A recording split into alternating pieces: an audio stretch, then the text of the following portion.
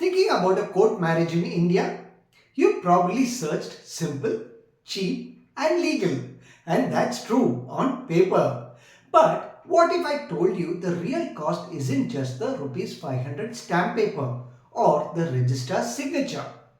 Today, we are going to uncover what they never tell you about court marriages, the hidden fees, the emotional toll, the bureaucratic maze, and yes, some shocking case laws that might just make you pause.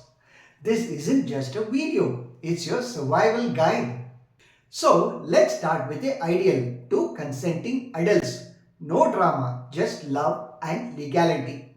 Court marriages is meant to be efficient, affordable and secular, governed by the Special Marriages Act of 1954. No dowry, no rituals, no caste or religious roadblocks. Sounds great, right? But here's the truth. In India, the court marriage process is like entering a temple with no priest. The structure exists, but unless you know the rituals, you get lost or worse, exploited. And that's the first hidden cost, knowledge. Without legal awareness, your marriage, your basic right, can become someone else's opportunity for profit.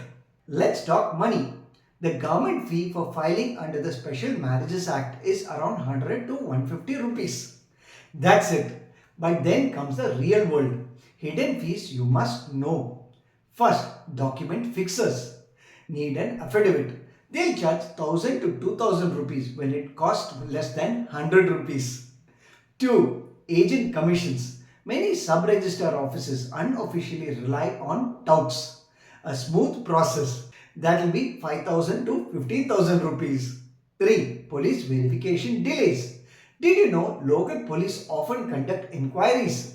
This means days of waiting or an informal 2000 rupees as processing fee.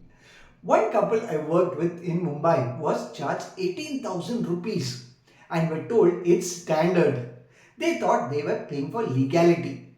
In truth, they were just buying silence from the system. Legally, none of this is required. Section 5 of the Special Marriages Act only mandates notice and objection, not police clearance, unless specifically invoked under Section 6 and 7, which are rare. Now, let's talk about the cost you won't find in any receipt, the emotional tax. Many couples choose court marriages because their families won't accept an inter-caste or inter-religious relationship. It's not just a marriage, it's a rebellion. And that can be dangerous. A case to note is Shakti Vahini versus Union of India in 2018. The Supreme Court had to direct states to protect couples from honor-based violence.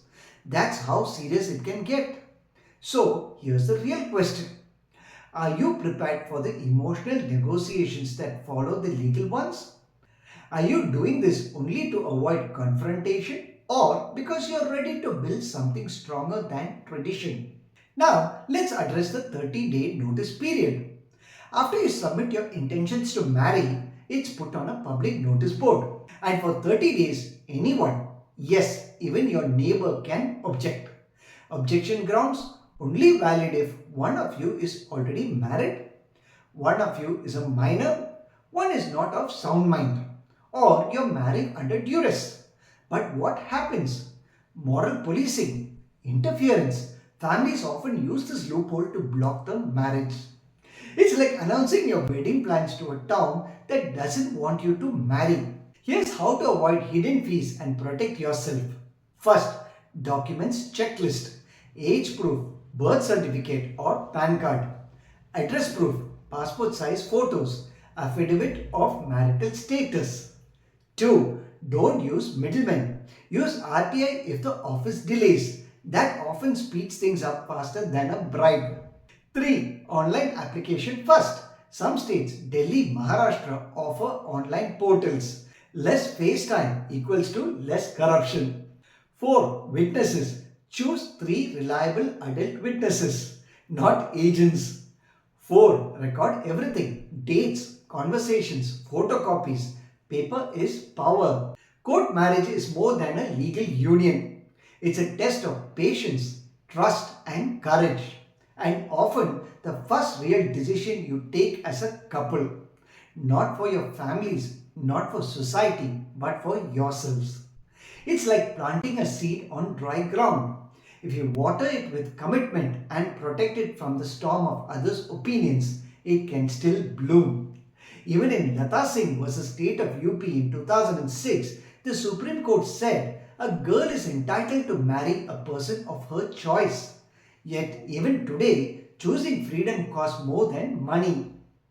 If you take away one thing today, let it be this: court marriage isn't free, not legally, not emotionally, but it can be empowering if you know your rights, prepare well, and stand tall.